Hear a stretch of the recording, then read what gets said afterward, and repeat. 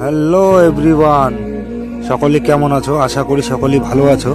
তো আপনাদের সাথে আবার একটা ভিডিও নিয়ে আসলাম, আপনাদের শেয়ার করছি।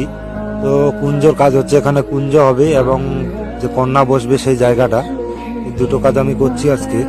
দেখো আমি এখানে কুঞ্জ বানাচ্ছি, আর একজন ওদিকে বানাচ্ছে কন্যা বসার জন্য। তো ভিডিওটার সাথে থাকার জন্য অনুরোধ করছি, আর কেমন লাগছে অবশ্যই অবশ্যই কমেন্ট করবে।